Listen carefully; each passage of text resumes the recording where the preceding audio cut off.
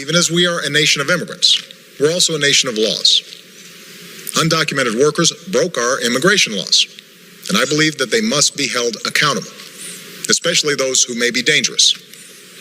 That's why over the past 6 years, deportations of criminals are up 80%. And that's why we're going to keep focusing enforcement resources on actual threats to our security. Felons, criminals, gang members, just like law enforcement does every day. While we intend to do the right thing by these children, their parents need to know that this is an incredibly dangerous situation, and it is unlikely that their children will be able to stay. And many children are fleeing from that violence. Should they be able to stay here? It's safer. It may be safer, but that's not the answer. Mexico? They should be sent back now. Well, they should be sent back as soon as it can be determined who responsible adults and their families are. If making it easy to be an illegal alien isn't enough, how about offering a reward for being an illegal immigrant? No sane country would do that, right? Guess again. If you break our laws by entering this country without permission and give birth to a child, we reward that child with U.S. citizenship and guarantee of full access to all public and social services this society provides. And that's a lot of services. It is wrong and ultimately self-defeating for a nation of immigrants to permit the kind of abuse of our immigration laws we have seen in recent years, and we must do more to stop it. I think we can enforce our borders. I think we should enforce our borders.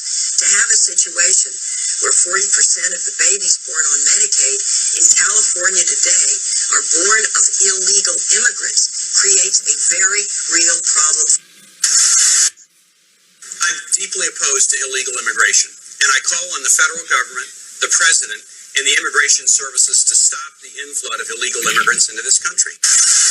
I believe we have very serious immigration problems in this country. I think, as you've heard today, sanctions against employers who hire illegal immigrants is virtually non-existent.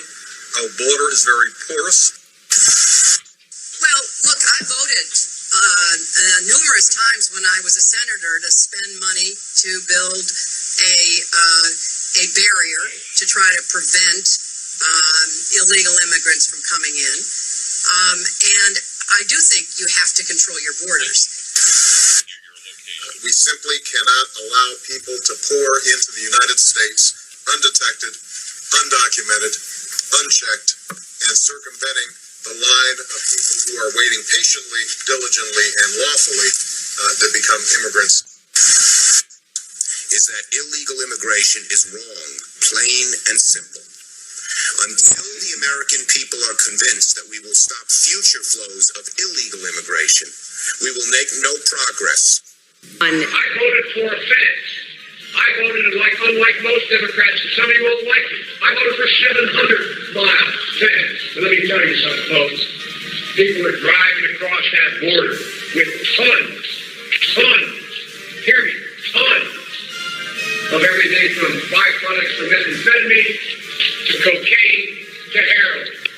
It's all coming up through corrupt Mexico. And the impulse is to hunker down, shut the gates, build walls, exit at this moment is precisely the wrong answer. Former presidents have said to him that they wish that they had built a wall. Do you recall President Obama ever saying that? Come on.